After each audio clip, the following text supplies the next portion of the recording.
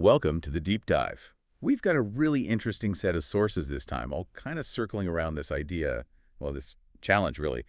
How do you do focused, valuable work when, everything is constantly trying to distract you? That's exactly it. Yeah, these materials, papers, articles, some personal stories, they paint this picture where the ability to really concentrate deeply, it's becoming super valuable. But, and this is the surprising part, it's also getting rarer. Right, so our mission for this deep dive anyway is to sort of cut through all that noise. Yeah. We want to figure out what exactly they mean by deep work, understand why it's apparently so important, but also why it seems to be slipping away. And then, the really practical bit, how can you actually do it based on what these sources suggest? Yeah, and listeners should get ready for some ideas that might really challenge how you think about work habits, about always being connected, maybe even what productivity actually means day to day. Okay, sounds good. Let's dive in. So first things first, this term deep work, the sources obviously define it. What exactly are we talking about here? Well, the definition they give is pretty specific. It's professional activities performed in a state of distraction-free concentration that push your cognitive capabilities to their limit. Okay, so it's got to be focused, no distractions, and it has to be hard mentally. Exactly. And the key outcome, they say, is that this kind of work creates new value, improves skill, and is hard to replicate. Ah, so it's not just like busy work. It's the tough stuff that actually makes a difference or makes you better. Precisely. And they contrast it really clearly with what they call shallow work, Okay. which is, the non-cognitively demanding tasks. Logistical stuff, admin, often done while you're distracted. Think clearing your inbox, scheduling meetings, quick social media updates, that kind of thing. Stuff that doesn't really create much new value, and honestly, anyone could probably do it, right? That's the point. It's easily replicated. And this distinction, the argument goes, is crucial right now because of how the economy shifted. We've moved pretty dramatically from an industrial model. Right, making physical things. Yeah, cranking widgets, tangible output. Now we're much more in an information economy. More and more people are knowledge workers. So value comes from thinking, solving problems, being creative. Exactly. And in that world, deep work becomes like a key currency. Being able to do it well is a massive advantage, even if, a lot of companies haven't quite caught on yet. And for us as individuals, Yeah. the benefits sound, well, pretty significant in these sources. Oh, there really are. The sources highlight two main things. If you practice deep work, you get much better at one, learning complicated things quickly, Yeah. and two, producing work at an elite level. So higher quality and often faster too. They gave some really strong examples. Jason Ben's story really stood out. Oh, yes. At- The guy who went from, what was it, $40 in finance consulting? Yeah, and wanted to become a developer, earning way more. Yeah. But he knew he got distracted easily. Right. And his solution was, well, intense is one word for it. Guff. He decided to learn coding by basically shutting himself off from the world for 2 months. The source said he locked himself in a room, no computer, just textbooks, note cards, and a highlighter. Well, 2 months, no computer, just pure focus on learning. That sounds almost impossible today. It was a really deliberate strategy, right, to force that deep concentration, 5 hours a day, sometimes more, every single day. Just hitting the books, making notes, even talking it through out loud. Super tough, apparently, but he did it. And it worked. Big time. After those 2 months, he joined this coding boot camp, known for being incredibly hard. Like one guy with a PhD called it the hardest thing he'd ever done. Okay. But Ben, because he'd trained himself to focus so intensely, he just crushed it. Top student, landed a 6-figure job straight out. And he kept the habit up. Rented an apartment nearby so he could get in 4 hours of focused coding before everyone else even arrived. That's incredible. Just shows the power of that focused learning. And then there's Bill Gates. Right, his famous Think Weeks. He'd just disappear, go off to a cabin somewhere. Yeah, just to read and think. No interruptions. It wasn't a holiday, though. It was scheduled, structured, deep work time. And the sources claim some of Microsoft's biggest strategic moves came directly out of those weeks. So even at the very top, that focused thinking time is where the breakthroughs happen. Seems like it. They also mentioned people like David Heinemeier Hansson. The Ruby on Rails guy. Yeah, presented as a sort of superstar whose skill, honed through deep work, produces something really valuable, something concrete, like that framework that, Twitter and Hulu used. And Nate Silver, too, with his election forecasting. Right. He uses these complex tools, big databases, statistical software like Stata. The point isn't that he's just good with tech. It's that he can work deeply with it to pull out insights others miss. Yeah, mastering something like Stata takes serious, focused effort. You don't just pick that up casually. Definitely not. And even the author uses their own experience. They talk about, publishing 4 books, getting a PhD, tenure track job, all within 10 years of college. While claiming they rarely worked past 5 or 6 p.m., which, let's be honest, sounds like a fantasy to a lot of us. Right. How'd they pull that off? Exactly. By building their days around like 3 to 4 hours of really deliberate, uninterrupted, deep work, focusing laser-like on the big stuff, the writing, the research, and pushing the shallow stuff to the edges or batching it. 3 or 4 hours a day, 5 days a week. It adds up incredibly quickly. Okay, so the case for why deep work is valuable seems really strong. Skill building, high-quality output. But then there's this paradox they keep bringing up. If it's so valuable, why is it getting rarer? What's going on there? Yeah, that's the real tension, isn't it? Despite all these benefits, a lot of the big trends in how we work today actually seem designed to stop us from doing deep work. Like open offices. Oh, yeah. Prime example. You've got huge companies, Facebook, Square, putting thousands of people in these massive open rooms. Jack Dorsey even said he wanted people out in the open for serendipity. But the research cited says, well, the opposite, right? Hmm. That open offices are distracting and hurt productivity. It's funny, they mentioned MIT professors in this fancy new building actually adding soundproofing to their doors. Huh. Yeah, they knew what they needed, didn't they? They needed to be able to shut the door and think. Tells you something. And then there's the whole culture of connectivity, this constant expectation that you'll reply instantly, email, Slack, Teams. Which feels efficient sometimes, doesn't it? Yeah. You send a quick message, get a quick answer, problem solved. It feels easier in the moment, yeah. But the cost is constant interruption, shattered focus. They mentioned Atlantic Media actually trying to calculate the cost of email. Oh yeah. They figured it was costing them over $1 million a year in just labor time. Every single email sent or received was like 95 cents of staff time. 95 cents just to Yeah. process one email. Wow. Suddenly free email doesn't seem so free. Not when you factor in the time and attention cost, no. And then there's the social media pressure. Even for, serious writers or journalists. The New York Times encouraging reporters to tweet. Right, so people whose actual job is deep thinking and careful writing are getting pushed towards, what do they call it, frothy back and forth. George Packer, the writer, apparently stopped tweeting altogether while writing his big book. He did, and won a National Book Award for it. But then you have someone like Jonathan Franzen getting mocked just for criticizing Twitter's effect on writers. There's this huge cultural push, almost an obligation, to be constantly visible online, whether it helps your core work or not. So why do we fall into these traps? Why check email constantly if it breaks focus? Well, the sources talk about the principle of least resistance. Basically, in a business setting, without clear feedback on the impact of various behaviors to the bottom line, we will tend toward behaviors that are easiest in the moment. And checking email or scrolling social media is almost always easier than tackling that really hard, mentally taxing project. Always.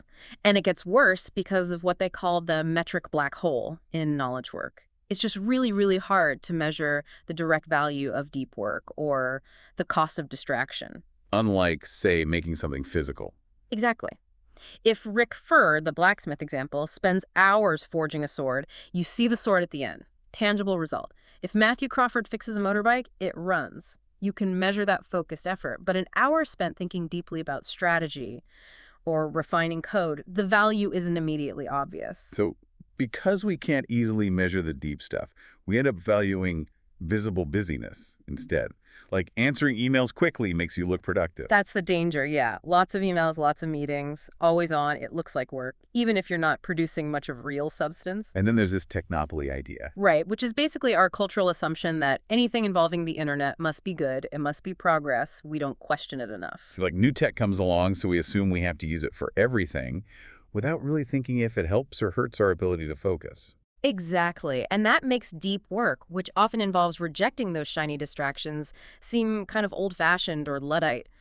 It struggles against the constant buzz of online activity that our culture tends to validate. Okay, so deep work is valuable, but it's under threat from trends, our own psychology, measurement problems.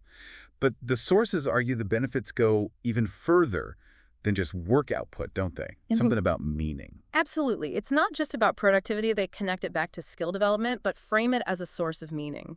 Deep work is how you do deliberate practice. Okay. That intense focus needed to really push your skills, distraction kills that.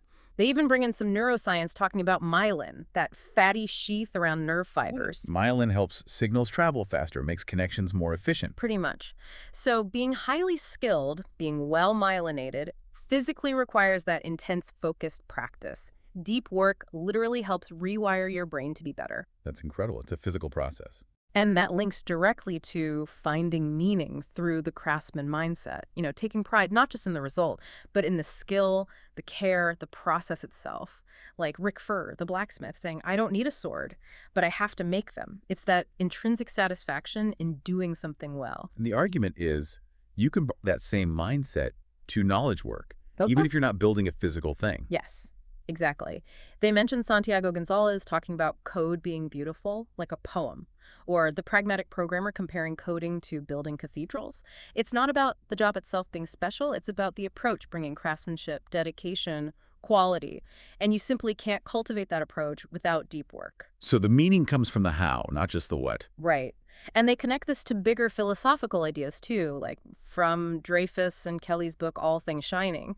This idea that engaging deeply with skilled practice can help us find meaning, maybe even something sacred, in a world that often feels, well, pretty secular and shallow. And the last big connection was to flow, right? Yeah. Mihaly Csikszentmihalyi's work. That state where you're totally absorbed, time disappears.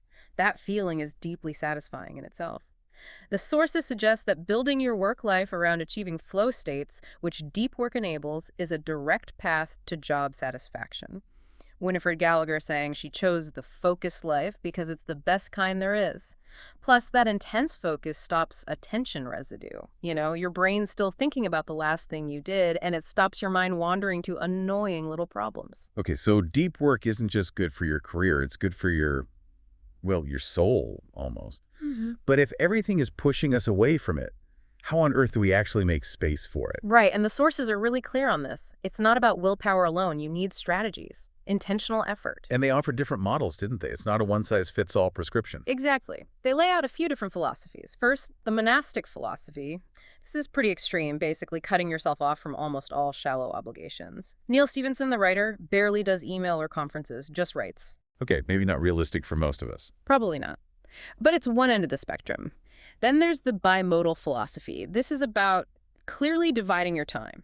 You have chunks, maybe days, maybe weeks, dedicated purely to deep work, totally unavailable. And then other periods where you're open, accessible, dealing with the shallow stuff. Like Carl Jung going off to his tower. Or Adam Grant stacking his teaching into one semester. Exactly. Dedicated deep time, dedicated shallow time. More common might be the rhythmic philosophy. This is about making deep work a regular, predictable habit, like carving out, say, 9 a.m. to noon every single day, no matter what. Treat it like exercise. Okay, building it into the daily routine. And for people with really chaotic schedules, there's the journalistic philosophy. This is about training yourself to switch into deep work mode whenever you get an unexpected pocket of free time. Walter Isaacson apparently wrote a book during short breaks on a summer holiday using this. The author uses it too, fitting it in around family and other commitments. So find a rhythm or approach that fits your life. That's step one. But then what? What are the actual tactics? Okay, yeah, the practical stuff. One really powerful idea is fixed schedule productivity. Tell me more. You decide in advance what time you are going to finish work each day, say 5:30 p.m., and you stick to it, no matter what. Then you work backward from that deadline. Knowing you have to finish by 5:30 forces you to be incredibly focused and ruthless about how you use the hours you have. You prioritize the deep work because you know time is limited. That sounds stressful, like you just rush or miss things. It creates a beneficial scarcity mindset.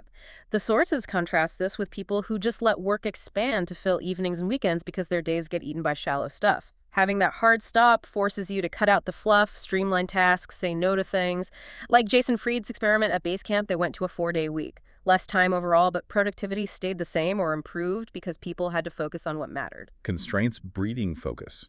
Interesting. What else? Applying the law of the vital few, the 80-20 rule, to your tools, especially network tools, social media. Okay, how does that work? First, figure out your main professional goals, what really matters for your success.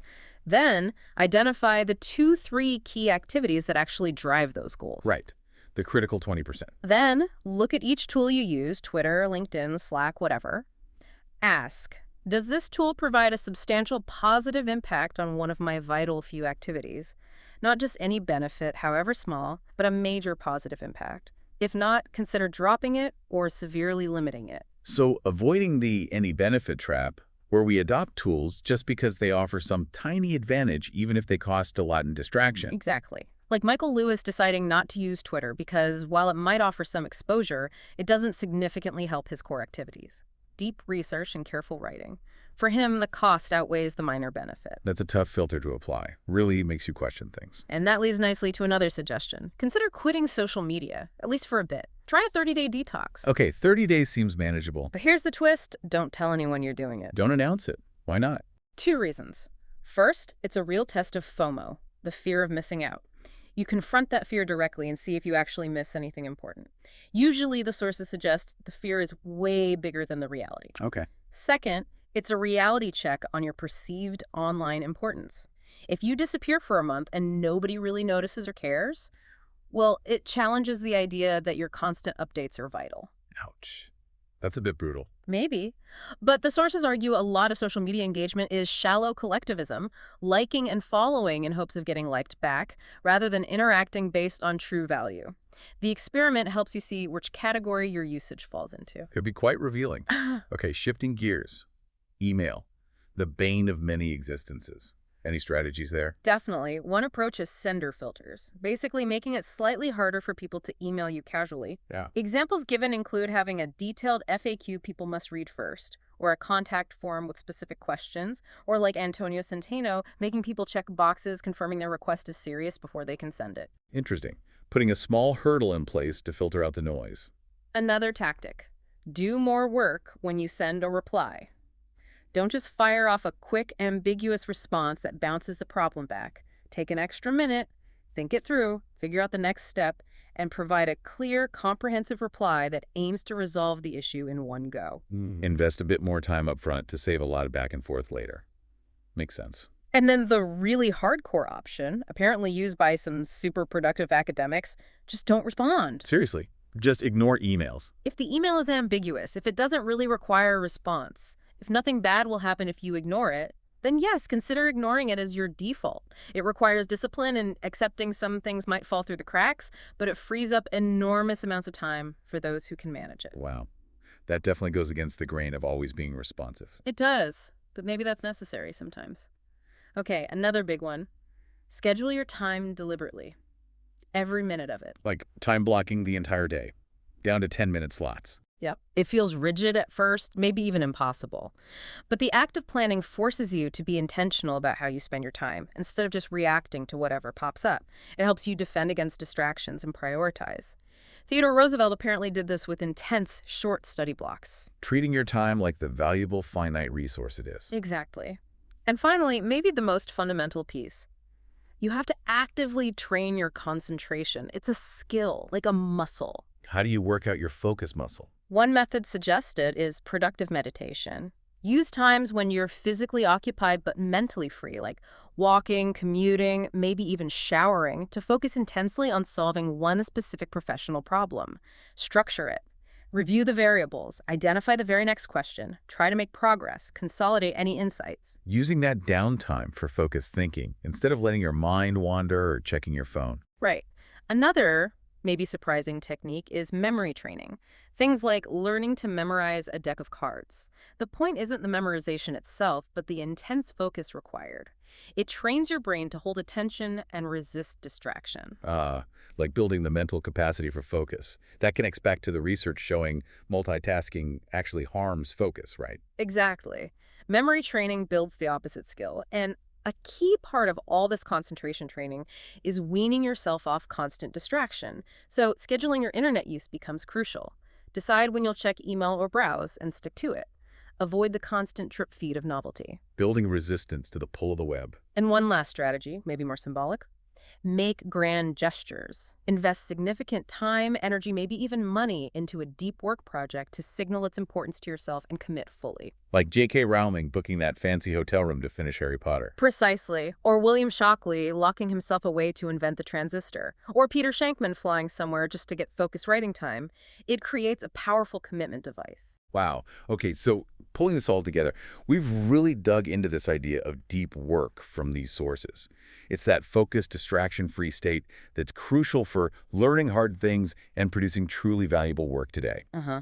But it's fighting an uphill battle, right? Against open offices, always on culture, our tendency towards the easy path, the difficulty measuring it, and just this cultural assumption that all tech is good tech. Yet the payoff isn't just better work.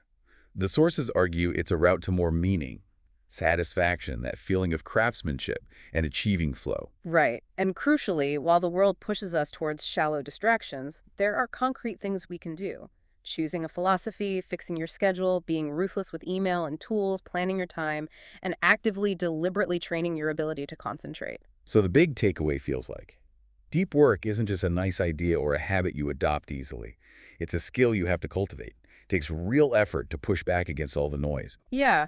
So as you're listening, maybe take a second to think about your own day. How much is truly deep, focused work versus, well, the other stuff, the shallow switching? And based on all these ideas, what's maybe one small thing, just one step you could try to carve out a little more space for that depth? And maybe here's a final thought to chew on.